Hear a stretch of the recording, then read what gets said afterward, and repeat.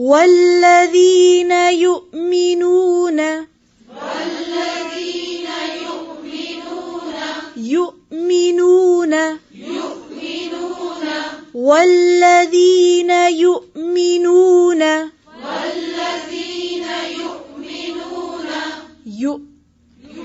You اس کو you نہیں پڑھیں گے، ٹھیک ہے؟ والذین یؤمنون بما انزل الیک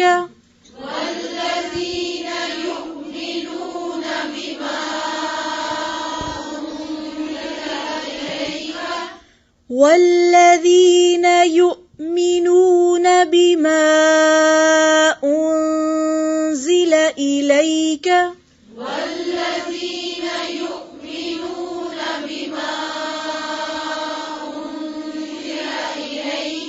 وما انزل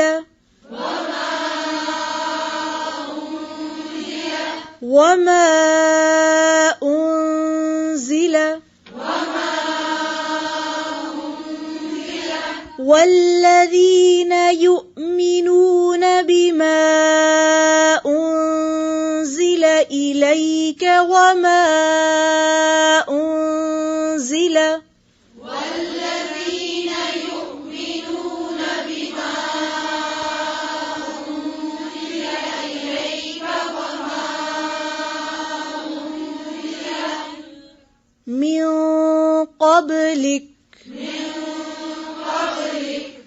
من قبلک قبلک پھر سے وما انزل من قبلک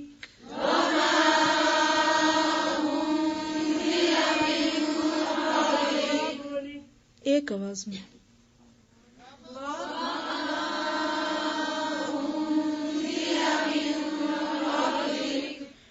والذین یؤمنون بما انزل الیک وما انزل من قبلک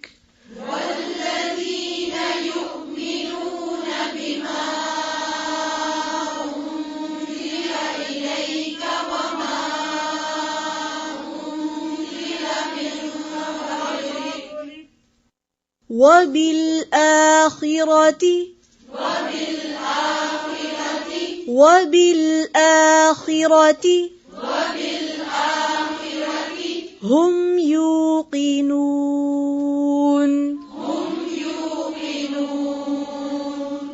وبالآخرة هم يوقنون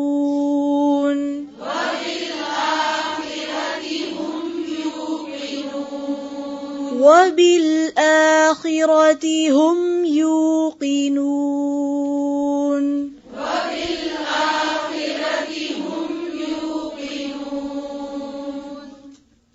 یو ہے یا یو ہے؟ یو وبالآخرة هم يوقنون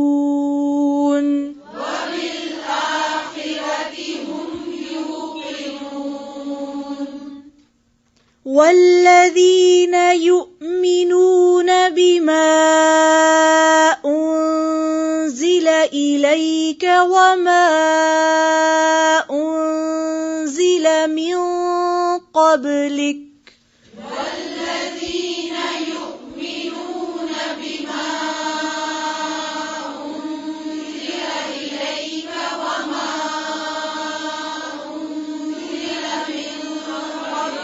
من قبلک وبالآخرة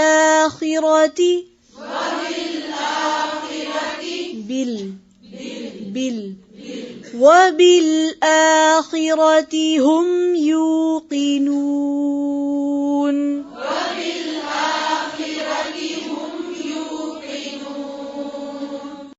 والذین اور وہ جو یؤمنون ایمان لاتے ہیں بما اس پر جو انزلا نازل کیا گیا، الیکا طرف آپ کے، وما اور جو، انزل نازل کیا گیا، من قبلک آپ سے پہلے، وبالآخرتی اور آخرت پر، ہم وہ، یوقنون وہ یقین رکھتے ہیں، والذین یؤمنون بما انزل الیک وما انزل من قبلک وبالآخرۃ هم یوقنون، اور وہ لوگ جو ایمان لاتے ہیں اس پر جو آپ کی طرف نازل کیا گیا اور جو آپ سے پہلے نازل کیا گیا، اور وہ آخرت پر یقین رکھتے ہیں. والذین یؤمنون بما انزل، انزل نون زیلام، یہ اردو میں بہت استعمال ہوتا ہے، نازل ہونا. بیسیکلی اس کا معنی ہوتا ہے اوپر سے نیچے آنا، اوپر سے نیچے آنا. بما انزل الیک وما انزل من قبلک، تو اس سے کیا مراد ہے؟ جو آپ کی طرف نازل کیا گیا، یعنی قرآن اور بیان قرآن، یعنی قرآن اور سنت. کیونکہ ماں کہا گیا جو کچھ بھی نازل کیا گیا، یعنی صرف قرآن نہیں اترا آپ پر، قرآن کا معنی بھی اترا ہے. وَأَنزَلْنَا إِلَيْكَ الذِّكْرَ لِتُبَيِّنَ لِلنَّاسِ مَا نُزِّلَ إِلَيْهِمْ، ہم نے آپ کی طرف ذکر نازل کیا تاکہ آپ لوگوں کو بتائیں، بیان کریں، واضح کریں کہ ان کی طرف کیا اتارا گیا. اس لیے کتاب کو محض خود سے پڑھ لینا کافی نہیں جب تک کہ کوئی معلم نہ ہو اس کا. تو سب سے بڑے معلم کون ہے؟ رسول اللہ صلی اللہ علیہ وسلم. اللہ تعالیٰ نے ان کو یہ ڈیوٹی دی کہ جو کچھ ان کی طرف کتاب میں سے اتارا گیا ہے اس کو وہ لوگوں کے سامنے بیان کریں، ایکسپلین کریں، واضح کریں، اس پر عمل کا طریقہ سکھائیں. سورۃ النحل میں ہے وَأَنزَلْنَا إِلَيْكَ الذِّكْرَ لِتُبَيِّنَ لِلنَّاسِ مَا نُزِّلَ إِلَيْهِمْ، ہم نے آپ کی طرف ذکر اتارا تاکہ آپ بیان کریں، آپ واضح کریں کہ ان کے لیے کیا اترا ہے. وما انزل من قبلک، اور جو آپ سے پہلے اترا، یعنی جو بھی جتنے پیغمبروں کو بھی کتابیں اور صحیفے دیے گئے ہیں وہ سب مراد ہیں. وبالآخرتی، اور ساتھ آخرت کے. آخرت کا جو روٹ ورڈ ہے وہ الف خیرے ہے یا حمزہ خارا آخر. آخرت جو دنیا کی ضد ہے، دنیا کا پیر ہے. آخرت کا لفظی معنی ہوتا ہے بعد میں آنے والی چیز. دنیا دنو سے قریب کی چیز، دنیا کا کیا معنی ہے؟ قریب کی چیز. اور آخرت بعد کی چیز، یعنی دنیا جس میں ابھی آپ رہ رہے ہیں، اور آخرت کیا ہے؟ جو وہ بعد میں آنے والی. ہم وہ یوقنون یقین رکھتے ہیں. یقین کا روٹ ہے یہ قاف نون، یہ قاف نون. یقین کا معنی ہوتا ہے کسی چیز کو اس طرح ماننا کہ کوئی شک و شبہ نہ رہے. یقین کا درجہ علم سے بڑھ کے ہوتا ہے. کسی بھی چیز کے بارے میں جاننا پہلا سٹیپ، پھر ماننا دوسرا، پھر اس طرح ماننا کہ کوئی شک نہ رہے، یہ اس سے بھی اگلا ہے. تو ایمان کے بھی کئی درجے ہیں، اور کسی بات کو ماننے کا آخری درجہ جس کے بعد اور کوئی درجہ نہیں. کسی بات کو ماننے کا آخری درجہ کیا کہلاتا؟ یقین. اس طرح ماننا کہ کوئی شک ہی نہ رہے.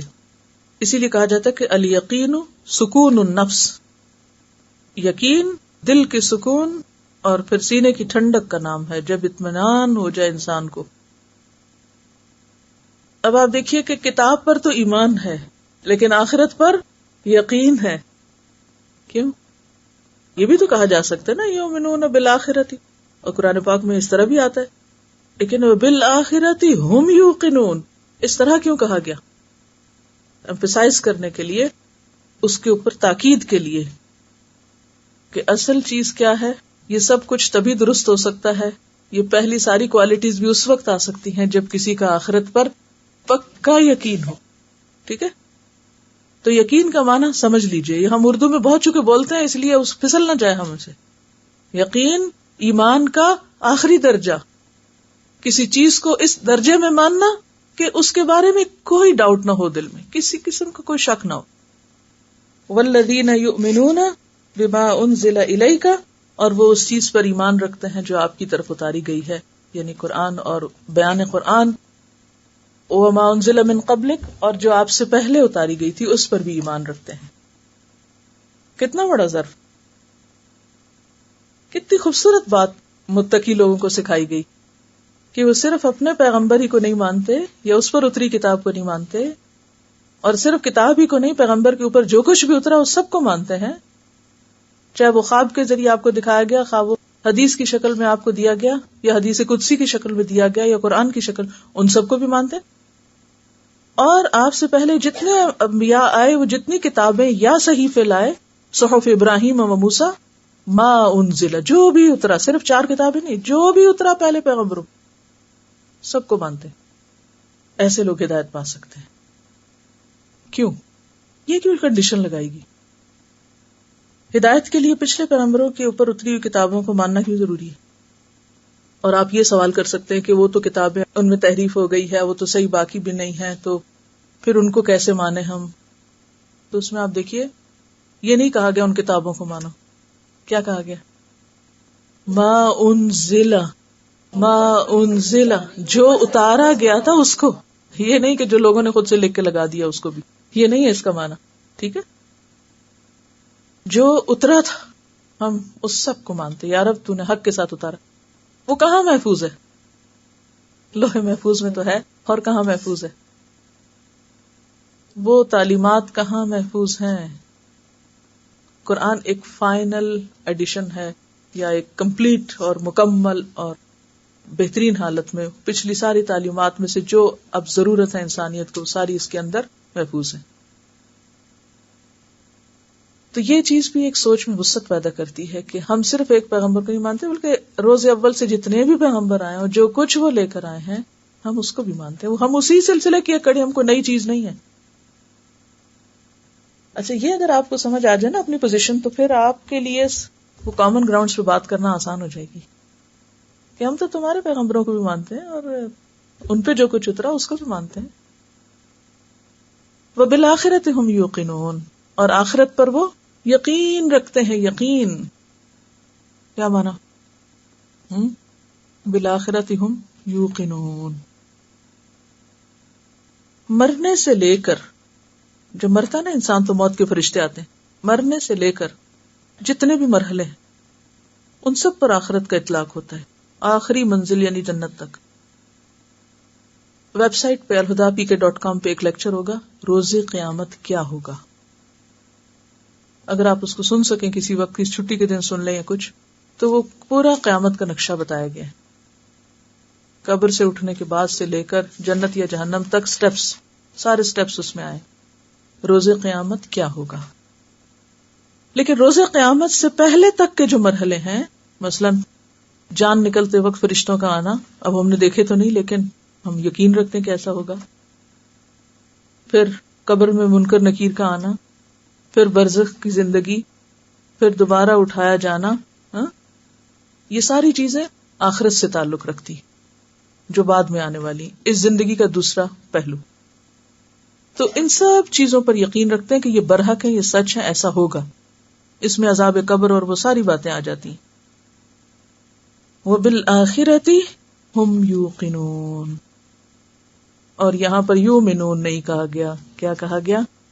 یوقنون۔ کیا معنی ہے اس کا؟ ایمان کا آخری درجہ۔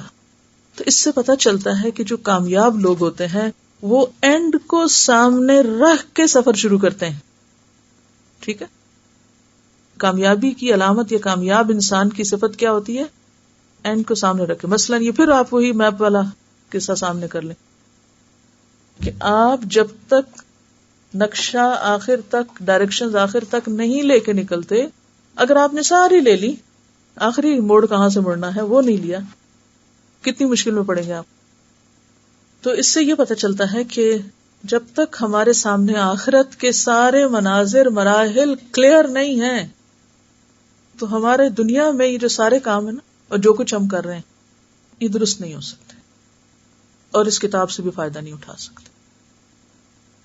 کامیاب وہ شخص ہے کہ جو آخرت کو سامنے رکھ کر عمل کرتا ہے، اپنے اعمال کو صرف دنیاوی نفع نقصان کے مطابق نہیں دیکھتے۔ مثلا آپ لوگ یہاں آتے ہیں، چھوٹی سی مثال ہے، کئی لوگ اپنی دنیا کا پتہ نہیں کیسا کیسا نقصان کر کے آ رہے ہیں نا، گھر پیچھے اکیلا پڑا، کھانا دیر سے ملتا، بچوں کو پتہ نہیں کیا ہو رہا ہے، آنے جانے کا کرایہ لگ رہا ہے، جاب چھوڑے بیٹھے، شوہر کی جھڑکیاں کھا رہے ہیں اور پتہ نہیں کیا کیا.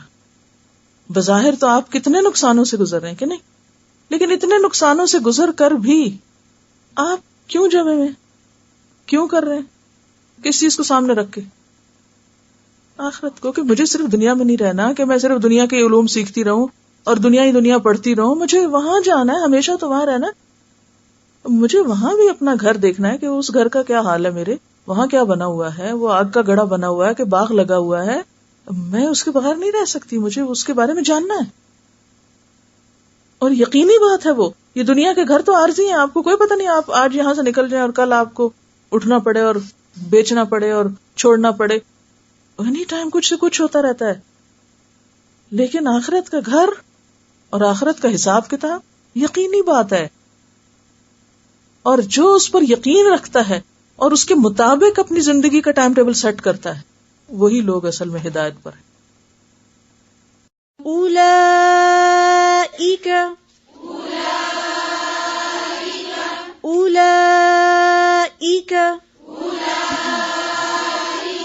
علی ہدی اولئک علی ہدی من ربہم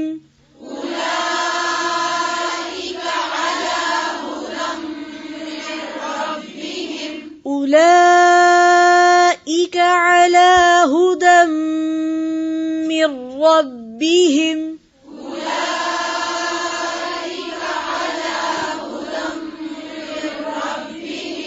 هدى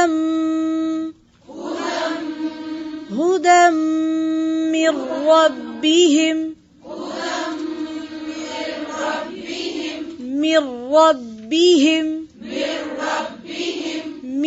ربهم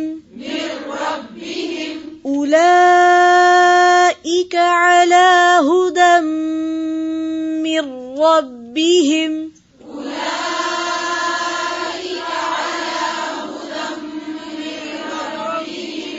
أولئك على هدى من ربهم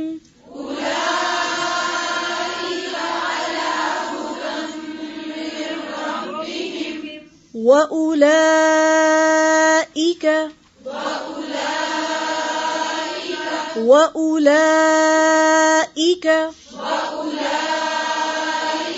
هم المفلحون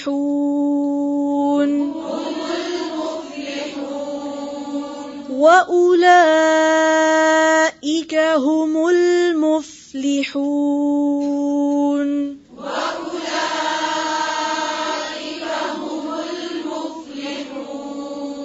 مفلحون هم المفلحون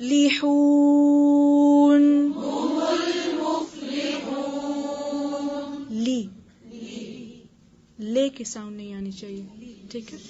هم المفلحون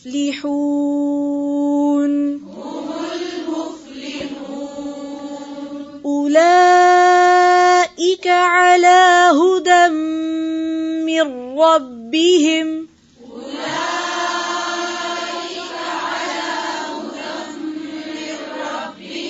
أولئك على هدى من ربهم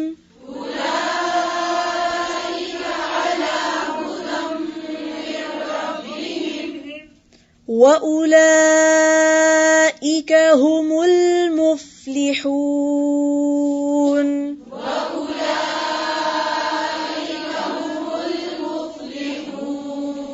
هم المفلحون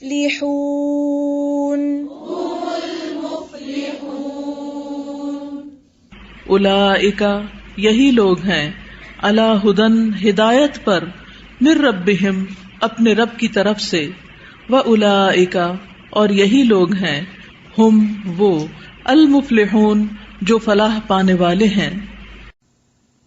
اولئک علی ہدن من ربہم یہی لوگ اپنے رب کی طرف سے آئی ہوئی ہدایت پر ہیں، واولئک هم المفلحون اور یہی لوگ فلاح پانے والے ہیں، یعنی جن کے اندر یہ صفات ہیں.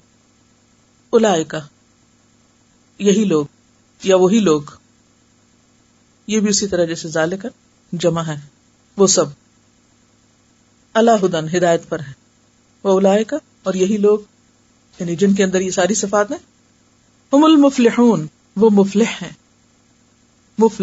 مفلح فعل عام ہے، فلاح پانے والے، مراد پانے والے، کامیابی حاصل کرنے والے، یعنی اپنی منزل تک پہنچ جانے والے. ہم نے دعا مانگی تھی نا اہدنا الصراط المستقیم، کہ اللہ ہمیں سیدھا راستہ دکھا. تو اہدنا پہ اسٹریس کریں، اہدنا دکھا ہمیں، یعنی دکھا بھی، چلا بھی اور پہنچا بھی. فرمایا کہ کون پہنچے گا وہاں تک؟ جو صرف کتاب پڑھ نہیں لے گا بلکہ اس پر عمل کرے گا، چلے گا اور یقین کے ساتھ چلے گا. تو اینڈ آف دا ڈے یہ اپنی منزل کو، جو ہمیشہ کا گھر ہے، ہمیشہ کی زندگی ہے، وہاں آرام اور سکون اور راحت کے ساتھ جا کے رہے گا. یہ ہے اصل کامیابی. فعل عام ہے، ایکچولی جو فعل عام ہے اس کے اندر بھی کئی معنی ہیں. آپ کو میں تھوڑا تھوڑا دیتی ہوں تاکہ آپ کے اوپر بوجھ نہ پڑے، کیونکہ علم کے رستے میں شاید ابھی آپ کا لیول جو ہے بچوں والا ہے، تو جیسے بچوں کے اوپر بہت زیادہ بوجھ نہیں ڈالتے کیونکہ اٹھا نہیں سکتے، تو آپ ایسا نہ ہو کہ بھاگ نکلیں. دیکھیے کہ فلاح کا لفظ جو ہے بہت ہی خوبصورت لفظ ہے، عربی میں بہت خوبصورت لفظ ہے. اور فلاح کا لفظی معنی ہوتا ہے پھاڑنا، کھودنا، کریدنا، اور پھر اگانا، اور پھر فصل کاٹنا. اسی لیے فلاح کہتے ہیں کسان کو، جو سب سے پہلے کیا کرتا ہے؟ ہل چلاتا ہے، پھر کیا کرتا ہے؟ بیج بوتا ہے، پھر کیا کرتا ہے؟ پانی دیتا ہے اور نگہداشت کرتا ہے، پھر کھیتی کاٹتا ہے. اب آپ دیکھیے کہ اگر کسی کاشتکار نے یا کسی کسان نے زمین بھی ہموار کی، یعنی اس نے خوب ہل چلایا، بیج بھی ڈالا، پانی بھی دیا، ہر چیز کا خیال رکھا، اور کھیت اگ بھی گیا، پک بھی گیا، اور جب کاٹنے کی باری تھی وہ سو گیا، کہیں اور چلا گیا، تو وہ کامیاب ہوا؟ نہیں کامیاب ہوا نا. کامیاب کون ہوا؟ یا یہ کہ اس کی کھیتی پہ اچانک کوئی آگ کا بگولا آ گرا تو ختم ہو گیا سب کچھ. تو کامیاب وہ ہے جو سارے مرحلے پار کر کے کھیت کاٹ کے اس سے نفع اٹھائے. تو ہم اس دنیا میں نہیں کامیاب ہو سکتے کہ ہم یہ سمجھے کہ ہم قرآن پڑھ رہے ہیں یا یہ سب تو سب ٹھیک ہے. نہیں، یہاں تو ہم کیا کر رہے ہیں؟ رستہ دیکھ رہے ہیں، پھر چلنے کی کوشش کر رہے ہیں، پڑھ رہے ہیں، عمل کی کوشش کر رہے ہیں. اور یہ کوشش جو ہے یہ وقتی نہیں، مہد سے لحد تک ہے. آخرت یعنی آخرت سے مراد اصل میں موت اور اس کے بعد کے آگے سارے مراحل، اینڈ تک جنت یا جہنم. تو جو شخص اس دن آگ سے بچا لیا گیا اور جنت میں داخل کر دیا گیا، وہی دراصل کامیاب ہوا، وہی دراصل مفلح ہے، جو سارے مرحلے پار کر کے اینڈ تک پہنچ گیا، منزل تک پہنچ گیا. اولئک علی ھدی من ربہم.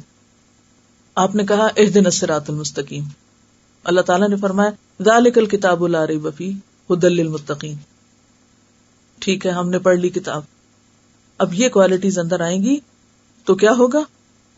اولئک علی ھدی من ربہم، تو ہدایت پر ہو. واولئک ھم المفلحون، ایسے ہی لوگ کامیاب ہونے والے ہیں،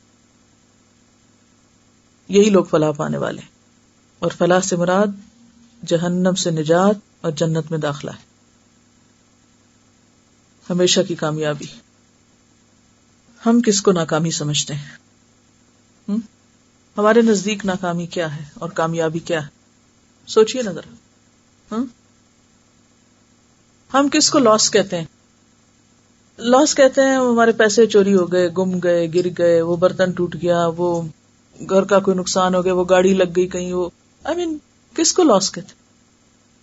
ٹیمپریری چیزوں کا ٹوٹنا، آنا جانا، ضائع ہونا، فائدہ ہونا، نقصان ہونا. تو آپ دیکھیے کہ اس دنیا میں کوئی بھی چیز ایک حالت میں رہ ہی نہیں سکتی، نہ آپ کا جسم، نہ آپ کی بلانگنگز، کوئی بھی نعمت کہ آپ اس کو روک لیں اور پکڑ رکھیں اور اس کی حفاظت کریں، تو یہ نہیں ہو سکتا. کامیابی کیسے؟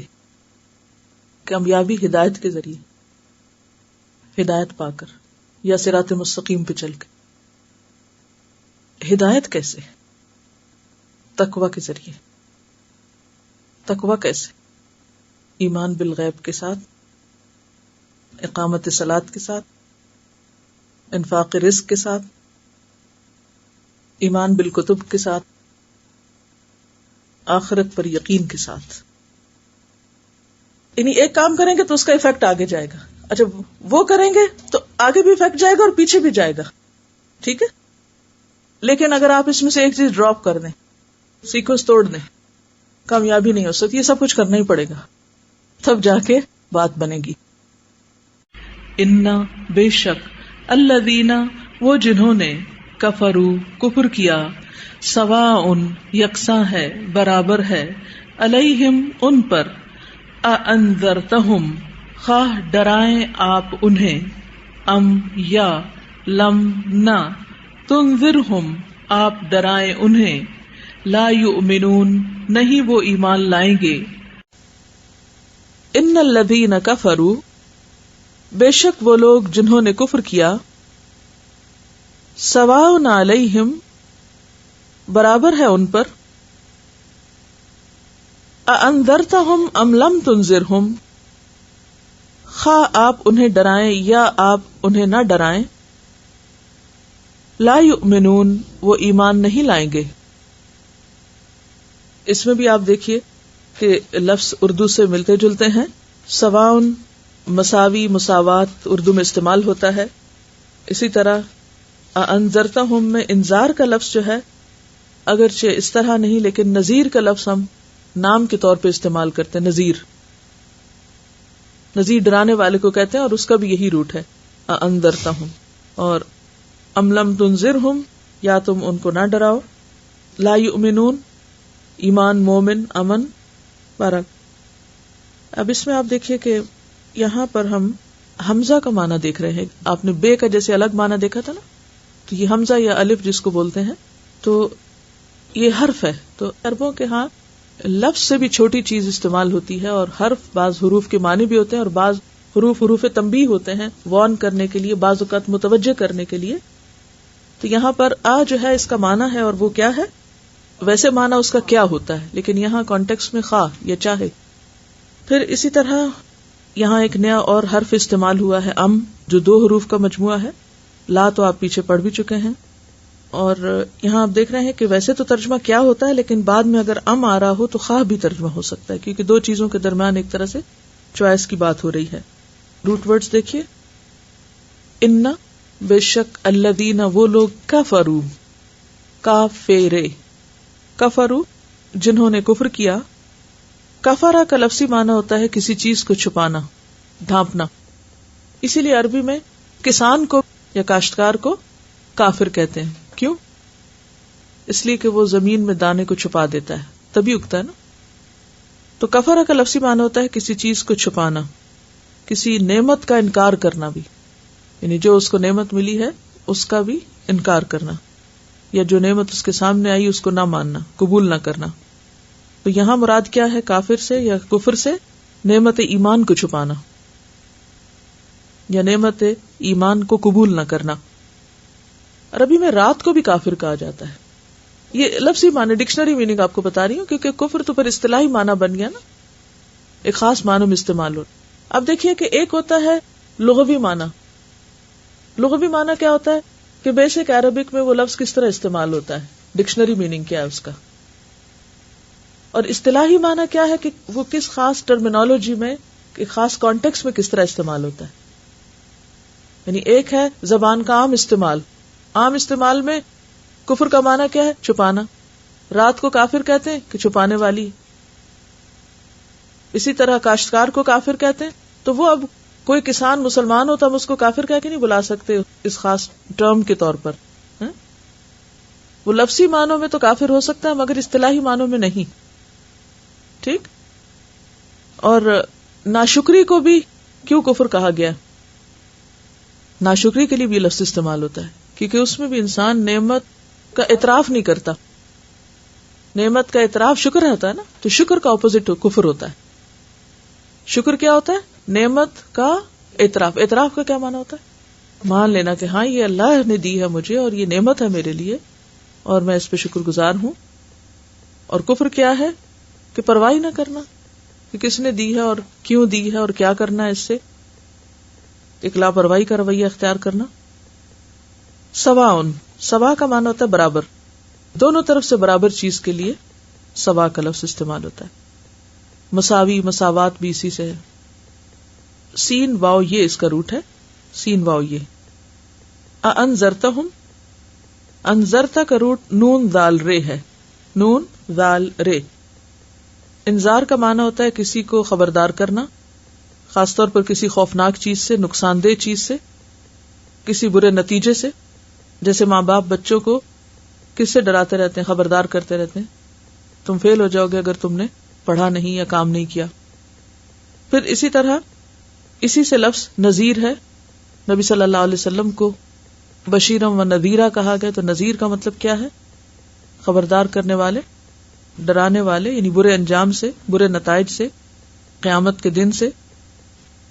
ان الذین کفروا، بے شک وہ لوگ جنہوں نے کفر کیا. کفر کا کیا معنی ہے؟ انکار کرنا، حق کو چھپانا، قبول نہ کرنا، نہ ماننا. جنہوں نے حق کو نہیں مانا، حق کا انکار کیا، خواہ وہ قریش ہوں یا وہ اہل کتاب میں سے ہوں یا منافقین میں سے ہوں یا کوئی بھی ہوں. تو ان الذین کفروا، جو بھی کفر کرنے والے، حق کا انکار کرنے والے، سواء علیہم، ان کے لیے برابر ہے. کیا برابر ہے؟ اانذرتہم ام لم تنذرہم، خواہ تم ان کو ڈراؤ یا نہ ڈراؤ، انہیں سمجھاؤ یا نہ سمجھاؤ. کیونکہ انذار کا لفظ جو ہے یہ خوف زدہ کرنے کے معنوں میں نہیں آتا. ڈرانے کا معنی خوف زدہ کرنا نہیں ہے، شفقت کے ساتھ تنبیہ کرنا، برے انجام سے بچنے کی تلقین کرنا، یعنی جس کے اندر خیر خواہی پائی جاتی ہے. ایک ڈرانا ایسا ہوتا ہے نا جس میں خیر خواہی نہیں ہوتی، دوسرے کا نقصان مطلوب ہوتا ہے. اور ایک ڈرانا ایسا ہوتا ہے جس میں دوسرے کا فائدہ مطلوب ہوتا ہے. جیسے کوئی کہیں نیچے گرنے لگا تو آپ اس کو خبردار کرتے، دیکھو دیکھو بچ کے نیچے گرنے لگو گے، ٹھوکر کھا جاؤ گے، سلپ ہو جاؤ گے. تو آپ اس کو ایک طرح سے ڈرا رہے ہوتے ہیں، سلپ ہو جاؤ گے، گر پڑو گے، یہ ڈرانا ہے. لیکن اس کے پیچھے کیا مقصد ہے آپ کا؟ اس کی خیر خواہی. تو خواہ آپ ان کی خیر خواہی کرتے ہوئے ان کو خبردار کریں، ام لم تنذرہم، یا آپ ان کو نہ خبردار کریں، نہ ڈرائیں، نہ بتائیں، لا یؤمنون، یہ نہیں مانیں گے، یہ ایمان نہیں لائیں گے. اسی لیے ہم دیکھتے ہیں کہ اس دور میں انڈسٹریل ریولوشن کے بعد جس بڑے پیمانے پر خدا کا انکار ہوا ہے پوری تاریخ میں کبھی نہیں ہوا. یعنی کفر کے اعتبار سے اگر آپ دیکھیں تو یہ دور شدید ترین ادوار میں سے ہے. پہلے زمانے کے لوگ شرک کرتے تھے، شرک کی بیماری بہت تھی. پہلے ابتدا میں سب لوگ توحید پر تھے. نوح علیہ السلام کے زمانے میں شرک آیا ان میں، پھر عرصہ دراز تک شرک کسی نہ کسی شکل میں لوگوں میں موجود رہا. لیکن موجودہ دور میں شرک کی نوعیت بدل گئی. پہلے جو سورج چاند ستاروں کو پوجتے تھے، اب انہوں نے جب ان کو مسخر کر لیا، پہچان گئے کہ سورج کیا ہے، چاند کیا ہے، ستارے کیا ہیں، تو اب وہ ان کو تو نہیں پوچھتے.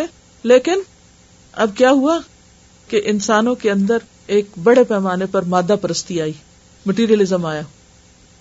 جتنی جتنی دنیا زیادہ ملنے لگی، جتنی جتنی سہولتیں زیادہ ہونے لگی، جتنا جتنا انسان کو اپنی دنیا کے معاملات میں عقل استعمال کرنے کا زیادہ موقع ملا، اتنا اتنا خدا سے دوری، خدا سے غفلت اور خدا کا انکار کثرت سے ہونے لگا. تو ان الذین کفروا، یعنی یہ ایکسٹریم رویہ ہے کہ بنانے والے کے وجود کا انکار کر دیا جائے کہ کوئی خدا نہیں.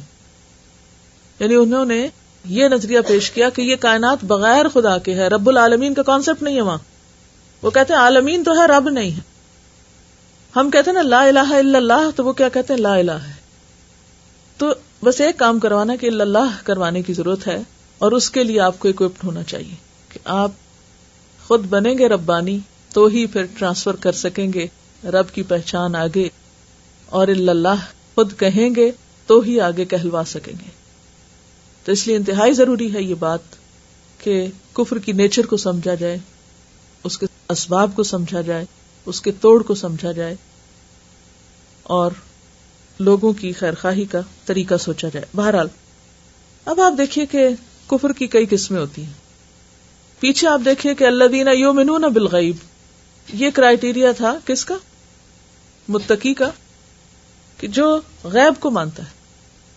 کافر کون ہوتا ہے؟ جو غیب کا انکار کرتا ہے. یہ سب سے پہلا فرق ہے.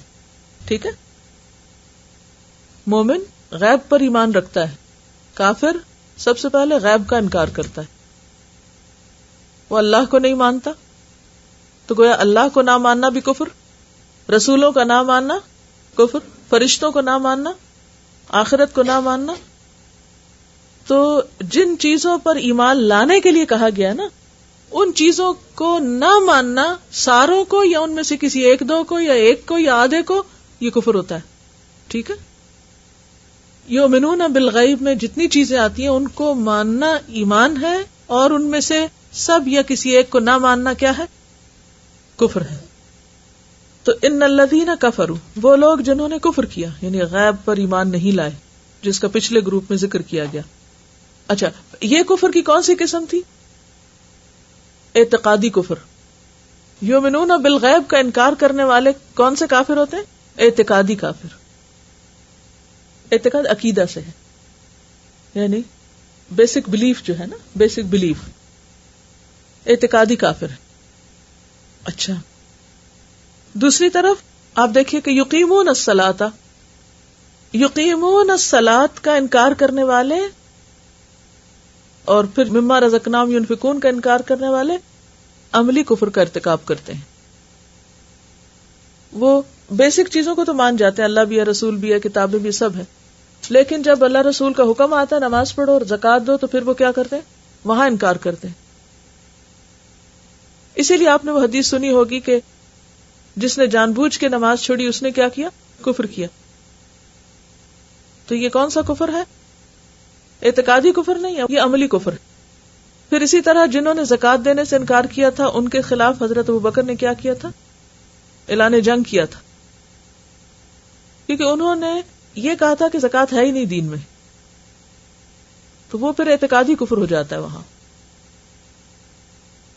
لیکن عملی طور پر بھی اگر کوئی شخص کہتا ہے کہ میں نہیں دیتا، تو وہ بھی ایک طرح سے عملی کفر کا ارتکاب ہے. کفر کا کیا معنی؟ انکار کرنا، کہ میں نہیں دیتا زکوٰۃ. یہ کیا ہے؟ انکار ہے نا. اچھا، پھر اسی طرح وبالآخرۃ ھم یوقنون، آخرت کا یقین نہ ہونا، بس ویگ سا ایک کانسیپٹ ہے، ہاں ہوگی آخرت، کچھ پتہ نہیں کیا ہوگا کیا نہیں ہوگا. تو میں آپ سب سے ریکویسٹ کروں گی کہ اگر ویکینڈ پہ موقع ملے اور آپ کے پاس فیسلٹی ہو تو انٹرنیٹ پہ یہ لیکچر موجود ہے. روز قیامت کیا ہوگا، روز قیامت کیا ہوگا، ذرا اس کو سن لیجئے، کیونکہ بالآخرت ہم یوقنون کے لیے اس کا سننا ضروری ہے.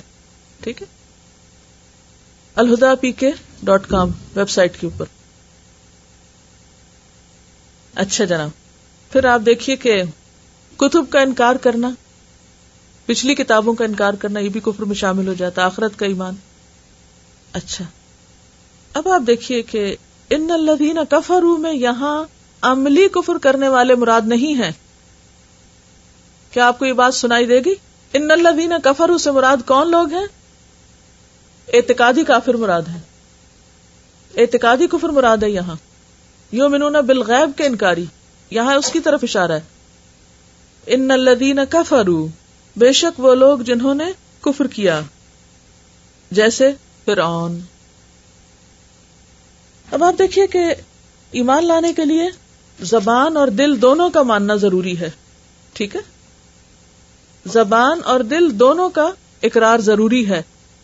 اگر زبان کا اقرار ہو اور دل کا انکار ہو، یا دل کا انکار ہو اور زبان کا اقرار ہو، تو یہ ساری چیزیں پھر کفر میں ہی شامل ہو جاتی ہیں. دل اور زبان میں موافقت ضروری ہے. مثلا اب آپ دیکھیے، ایک صورت ہے دل سے بھی انکار، زبان سے بھی انکار. اس میں کون آتا ہے؟ فرعون. کب مانا تھا وہ؟ جب ڈوبنے لگا تھا. ٹھیک ہے نا، یاد آ گئی آپ؟ اچھا، پھر اس کے بعد آپ دیکھیے کہ کچھ لوگ دل سے تو مانتے ہیں، زبان سے انکار کرتے ہیں. دل سے مانتے ہیں، زبان سے انکار کرتے ہیں. ان میں کون شامل ہے؟ مثلا ابلیس اور ابو جہل. ابو جہل آپ کو یاد ہے کہ تنہائی میں بات کرتے ہوئے اسے سنا گیا تھا کہ جب اس نے کہا کہ یہ تو ہم مانتے ہیں کہ جو یہ کہہ رہا ہے یہ بالکل ٹھیک ہے، لیکن اگر ہم مان جائیں تو پھر پہلے قریش کے پاس ساری چیزیں ہیں اور نبوت بھی اگر قریش میں آ گئی تو پھر ہمارا کیا رہا؟ تو ایک انا آ گئی تھی آڑے. تو پہلی چیز زبان کا انکار، دل کا انکار، پکا انکار. اس کی مثال ہے فرعون کی. دوسری مثال دل میں تو اقرار لیکن زبان سے انکار.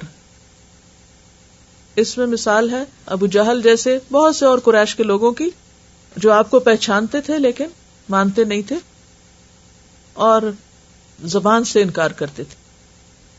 تیسری مثال ہے ان لوگوں کی کہ جو دل سے تو مانتے نہیں تھے اور زبان سے اقرار کرتے تھے. منافق عبداللہ بن ابی دل سے انکار کرتے تھے اور زبان سے اقرار کرتے تھے، اوپر سے مسلمان بنے ہوئے تھے. یہ منافقین تھے جیسے عبداللہ بن ابی اور اس کے ساتھی. تو ان الذین کفروا، بے شک وہ لوگ جنہوں نے کفر کیا. تب ہمیں پتہ چلتا ہے کہ کفر کے پیچھے وجوہات کیا ہوتی ہیں. اب جیسے فرعون نے انکار کیا یا ابو جہل نے کیا یا عبداللہ بن ابی نے کیا، تو اس کے پیچھے دو بڑی چیزیں نظر آتی ہیں. ایک ہے مادہ پرستی، یعنی دنیا کی محبت، دنیا کی عزت، دنیا کی حکومت اور دنیا سے متاثر ہونا، اپنے ماحول سے متاثر ہونا. اور دوسری بڑی وجہ نفس کی رکاوٹ، انا. تکبر اسی میں آ جاتا ہے. تکبری کا دوسرا نام ہے انا پرستی، کہ اپنی بات کے اوپر اڑ جانا، حق سمجھ آ جانا لیکن اڑ جانا، انا کا شکار ہونا. اب آپ دیکھیے کہ جو شخص اللہ کی دی ہوئی نعمتوں کو، کان آنکھ کو استعمال ہی نہ کرے اور جس خول میں بند ہے اسی میں بند رہے اور اپنے مفادات کو قربان نہ کرنا چاہے. کیونکہ نبی صلی اللہ علیہ وسلم کے زمانے میں جب اسلام کی دعوت دی گئی تھی تو انکار کرنے والوں کے انکار کی وجہ کیا تھی؟ قربانی نہیں کرنا چاہتے تھے، نقصان نہیں اٹھانا چاہتے. وہ کہتے تھے اگر ہم تمہاری بات مان جائیں تو ہم تو اچک لیے جائیں گے زمین میں سے، ہمارے تو ساری معاشیات برباد ہو کے رہ جائیں گی. آج بھی آپ دیکھیں کہ کئی لوگ کہتے ہیں کہ ہاں اللہ تعالیٰ بھی ہے، سب دین سچا ہے، یہ سب اچھا ہے، لیکن اگر انہیں کہا جائے کہ پھر قبول کر لو، لا الہ الا اللہ بول دو، اقرار کرو، اظہار کرو، کیا چیز رکاوٹ بنتی ہے؟ پہلا مرحلہ تو یہ ہے کہ وہ اپنے ماحول سے باہر نکل کے کسی دوسرے کی بات سننا ہی نہیں چاہتے. جس دنیا میں ہے اسی میں ہی ہے. اولئک هم الغافلون، غفلت، انجام کی فکر ہی نہیں، آخرت کا خوف ہی نہیں. تو پوری دنیا میں جتنے انسان ہیں نا، ان کے 3 گروپس ہیں. پہلا گروپ متقین کا ہے جو انعمت علیہم ہے. دوسرا گروپ ان الذین کفروا کا ہے جو اپنی غفلت سے نہیں نکلنا چاہتے، جو دنیا کی محبت کے شکار ہیں، جو انا پرستی کا شکار ہیں، جو ضد کا شکار ہیں، تکبر میں مبتلا ہیں، پہچانتے ہیں حق کو لیکن اس سے آگے نہیں آنا چاہتے، سوچنا ہی نہیں چاہتے. تو ان الذین کفروا، بے شک وہ لوگ جنہوں نے کفر کیا، سواء علیہم، سوئے ہوئے لوگ، اپنی دنیا میں مست لوگ، آپ انہیں بتاتے رہیں 10 باتیں، وہ کیا کریں گے؟ آنکھ کھولیں گے، آپ کو دیکھیں گے، پھر آنکھ بند کر لیں گے کہ نہیں؟ سمجھ رہے ہیں؟ سواء علیہم اانذرتہم ام لم تنذرہم، جو سو رہا ہو، جس کے کان بھی بند ہو، جس کی آنکھیں بھی بند ہو، جو سوچ سمجھ بھی نہ رہا ہو، آپ اس کے پاس جا کر 10 باتیں بتائیں سوئے ہوئے شخص کے پاس. اگر آپ کی آواز سے اس کی آنکھ کھل بھی گئی، کیا کرے گا؟ دیکھے گا، پھر آنکھ بند کر لے گا، کروٹ بدل لے گا، نہیں سنے گا. تو غفلت سب سے بڑا سبب ہے کفر کا. حالانکہ پوری کائنات پکار پکار کے خالق کے بارے میں متوجہ کر رہی ہے انسان کو. کیا واقعی انسان اتنا نہ سمجھے کہ اتنے بڑے آسمان کو اپنے اوپر دیکھے، دن اور رات کو آتے جاتے دیکھے، اور پھر بھی نہ سوچے، کبھی بھی نہ سوچے یہ کیسے بن گیا؟ واقعی نہیں سوچتا. آخر ایسی بھی کیا غفلت کہ جو دن رات اللہ کی نعمتیں استعمال کرے اور یہ سوچے نہ کہ یہ سب کچھ کہاں سے آ رہا ہے. تو اصل بات یہ کہ غفلت میں پڑے ہوئے، خواہشات کی محبت، شہوات کی محبت، دنیا کی محبت، جس ماحول میں رہ رہے ہیں اس کے اندر اتنے گم ہیں، بالکل ایک مشین بنے ہوئے ہیں. وقت ہی نہیں کچھ اور سوچنے کا. اور اگر ان کو کوئی 10 دفعہ سمجھائے سنائے بھی تو وہ جیسے سویا ہوا انسان تھوڑی سی آنکھ کھولے گا, دیکھے گا, اچھا کیا کہہ رہے, اچھا ٹھیک ہے مجھے آرام چاہیے, پھر بند کر لے گا آنکھ, پھر سو جائے. تو ایسے لوگوں کو آپ سمجھائیں یا نہ سمجھائیں لا یؤمنون, وہ نہیں مانیں گے. جب وہ عرصے تک یہی رویہ اختیار کرتے ہیں تو پھر اللہ تعالیٰ آہستہ آہستہ ان کی صلاحیت بھی لے لیتا ہے. پھر وہ اپنے قول میں اتنے بند ہو جاتے ہیں کہ پھر چانسز بھی کم ہو جاتے ہیں. لیکن پھر بھی آخری چانس کے طور پر مرتے دم تک مہلت ضرور ہوتی ہے. ہاں اگر موت کا فرشتہ نظر آ جائے تو ایمان قابل قبول نہیں ہوتا. جیسے فرعون نے پھر آخری وقت جب مرنے لگا تھا تو کہا تھا کہ ہاں میں مانتا ہوں, میں موسیٰ کے رب کو مان گیا. پھر اس وقت ماننا فائدہ نہیں دیتا جب اللہ تعالیٰ آخرت کا پردہ ہٹا دے کہ اب دیکھو کہاں جانے والے ہو, کس کی پکڑ میں آ گئے ہو.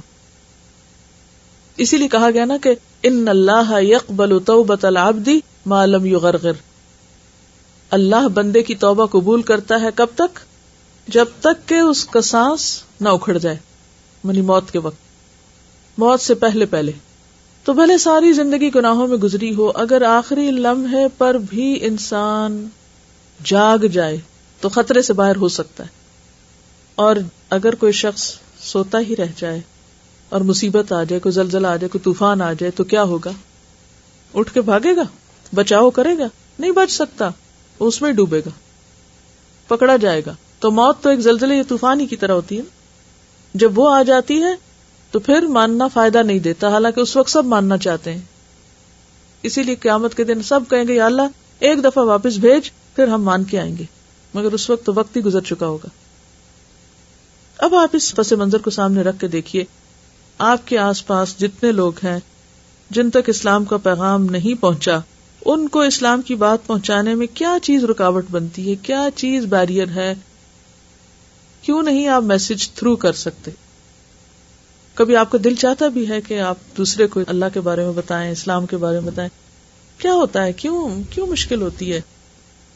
علم کی کمی, ٹھیک ہے, ایک تو اپنے اندر کی رکاوٹ ہے, اپنے اندر کی کمی ہے, اپنے اندر وہ گٹس نہیں پاتے. لیکن اگر تھوڑی سی بات پتا بھی ہے تو اپنی کمی تو ہے ہی, لیکن ایون دین وہ دوسری کون سی چیز ہوتی ہے جو آپ کو آگے نہیں بڑھنے دیتی یا آپ نہیں کر پاتے؟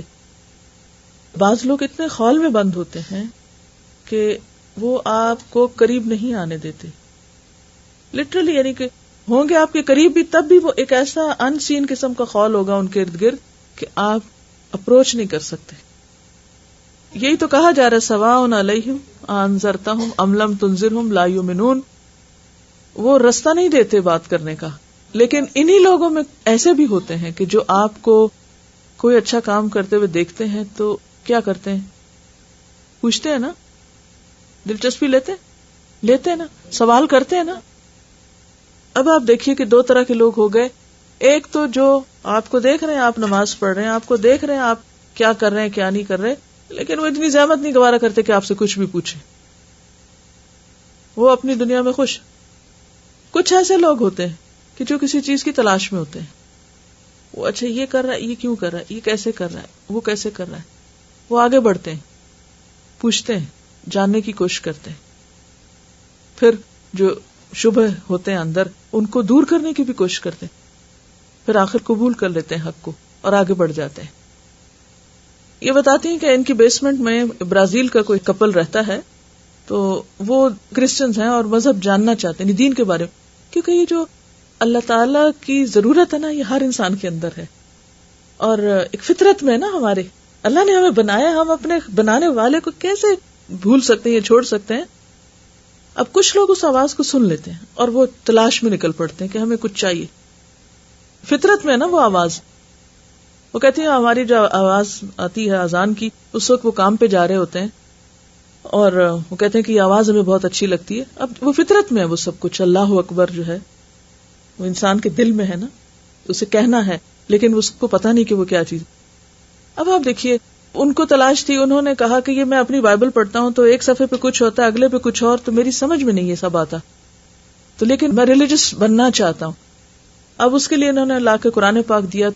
اب آپ دیکھیے کہ یہاں یہ بات ہو رہی ہے کہ جو لوگ خول میں بند ہیں ان کو نہیں بات اثر کرتی, لیکن جو اپنا خول توڑ کے حق کو تلاش کریں, یاد رکھیے ایک چیز بن مانگے نہیں ملا کرتی، اور وہ ہدایت۔ اللہ نے سب کچھ بن مانگے دیا ہمیں، کھانا پینا، ہمارا جسم، ہم نے مانگا تھا اللہ ہمیں آنکھیں ضرور دینا، یہ سب کچھ خود ہی دیا اس نے۔ ہاں، پھر کائنات میں نشانیاں رکھ دی، اور اب ہدایت جو ہے وہ بن مانگے یا بن طلب کیے یا بن خواہش کیے وہ نہیں ملتی، اس کے لیے آپ کو ایفرٹ کرنا ہے، اور آپ کو ایک قدم اٹھانا ہے۔ ایک قدم بھی کوئی اٹھائے گا تو نتیجہ کیا ہوگا؟ 10 قدم آپ کی طرف ہو گئے۔ اللہ تعالیٰ آپ کو ہدایت دیں گے انشاءاللہ۔ تو ایسے لوگوں کو جو اپنی عقل استعمال نہ کریں، اپنے سینسز استعمال نہ کریں، ان کے لیے کیا ہے؟ پھر بہت بڑا عذاب ہے، عذاب عظیم، بہت سخت سزا ہے ان کے لیے۔ یہ کہتے ہیں ان کی بیٹی کیتھولک اسکول میں پڑھتی ہیں، اور وہ ظہر اثر کی نماز کلاس میں پڑھتی تھی، تو ٹیچر نے منع نہیں کیا، لیکن ان کی نماز کی پابندی دیکھ کے انہوں نے کہا آپ اپنے ریلیجن کے بارے میں کلاس میں کچھ بتائیں۔ تیاری کر کے گئیں، جب بتایا تو چونکہ اسکول میں چرچ بھی ہے، چیپلن نے کہا کہ ہم یہاں پر کرسچینٹی پروموٹ کرتے ہیں کیتھولک اسکول میں، اس لیے آپ اپنے دین کی تبلیغ نہیں کر سکتے۔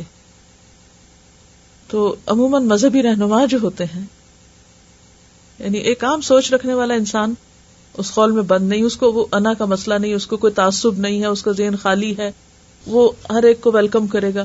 لیکن جہاں وہ ایک خاص تعصب آ جاتا ہے وہاں پر پھر حق سے دوری۔ عموماً لوگوں کو حق سے دور کرنے والے بھی بعض اوقات مذہبی رہنما ہی ہوتے ہیں، جو ان کو ربانی بنانے کی بجائے لوگوں کو کسی خاص نقشے میں ڈھالنا چاہتے ہیں۔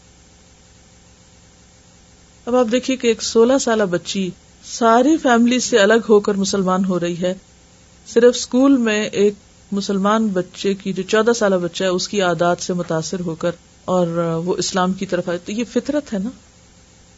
تو یاد رکھیے اسلام کے راستے میں رکاوٹ بھی ہم ہی لوگ ہیں، اور اگر ہم اپنے آپ کو، اپنے اخلاق کو، اپنے معاملات کو درست کر لیں تو چلتے پھرتے اسلام کے مبلغ بن جائیں، اور وہ سارے لوگ جن کی آنکھیں کھلی ہوں، جن کے سینے میں دل ہو، جو حق کی تلاش میں ہو، وہ خود لپک کر آپ کی طرف آئیں کہ حق کیا ہے۔ یہ بالکل ایک حقیقت ہے کہ خوف انسان کو جگاتا ہے، جیسے میں نے صبح بھی عرض کیا نا، محبت جگاتی ہے اور خوف جگاتا ہے۔ تو خوف جگاتا ہے انسان کو، جب انسان اپنی موت کو دیکھتا ہے یا ایسے نقصان دیکھتا ہے تو وہ لازماً تھوڑا سا ہوش میں آتا ہے، اور اگر اس وقت انسان لبیک کہہ دے تو اللہ تعالیٰ راستہ کھول دیتا ہے۔ یہ اپنا واقعہ بتا رہی ہیں کہ انہوں نے ایک 5 سالہ بچی کی بیبی سٹنگ کی جس کی والدہ رات کے وقت جاب کرتی تھی، اور وہ بچی کو ان کے پاس چھوڑ کے جاتی ہیں، اپنے بچوں کو بھی سلاتے ہوئے کلمہ سکھاتی ہیں، آیت الکرسی سناتی، تو اس بچی کو بھی، حتیٰ کہ اس کی عادت یہ ہوگی کہ جب تک وہ آیت الکرسی نہ سنتی اس کو نیند نہیں آتی تھی۔ پھر اس کے بعد یہ موو ہو گئی دوسری جگہ، تو اس کی والدہ نے اس بچی کی دوبارہ ان کو اپروچ کیا کہ وہ کیا چیز تھی جو آپ اس کو پڑھ کے سناتی تھی، کیونکہ وہ سو نہیں سکتی۔ اس نے کلمہ سیکھا، اس کی والدہ نے کلمہ سیکھ لیا اس سے، اور پھر انہوں نے کیسٹ لے کر آیت الکرسی کی تو انہیں دی تاکہ وہ اس کو یاد کر سکیں، اس بچی کو سلا سکیں اس سے۔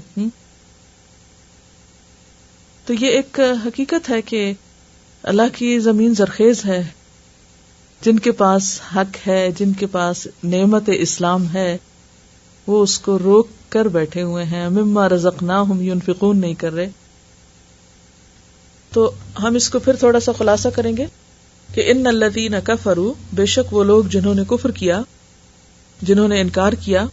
وجہ کیا تھی انکار کی؟ دنیاوی مفادات، دنیا پرستی، مادہ پرستانہ زندگی، یعنی دنیا کو ہی ترجیح دینا اور آخرت کے بارے میں غافل رہنا۔ اور یہ ایک حقیقت ہے نا، اگر آپ دیکھیں آج کا انسان کیوں نہیں آخرت کے بارے میں سوچتا؟ کیونکہ وہ انسانوں کی بنائی ہوئی دنیا میں گم ہے، انسانی مصنوعات میں گم ہے۔ مصنوعات کیا ہوتی ہیں؟ جو انسانوں کی بنائی ہوئی چیزیں۔ مادہ پرستی، مادہ پرستی کیا ہوتی ہے؟ مٹیریلزم۔ جو لوگ مٹیریلزم کا شکار ہیں، انسانوں کی بنائی ہوئی چیزوں میں ہی گم ہیں، انہی پہ خوش ہیں، انہی پہ حیران ہیں، انہی کی داد دے رہے ہیں، انہی کے اندر مصروف ہیں، تو پھر کیا ہوتا ہے؟ پھر ان کو خدا کی بنائی ہوئی تو کوئی چیز نظر نہیں آتی۔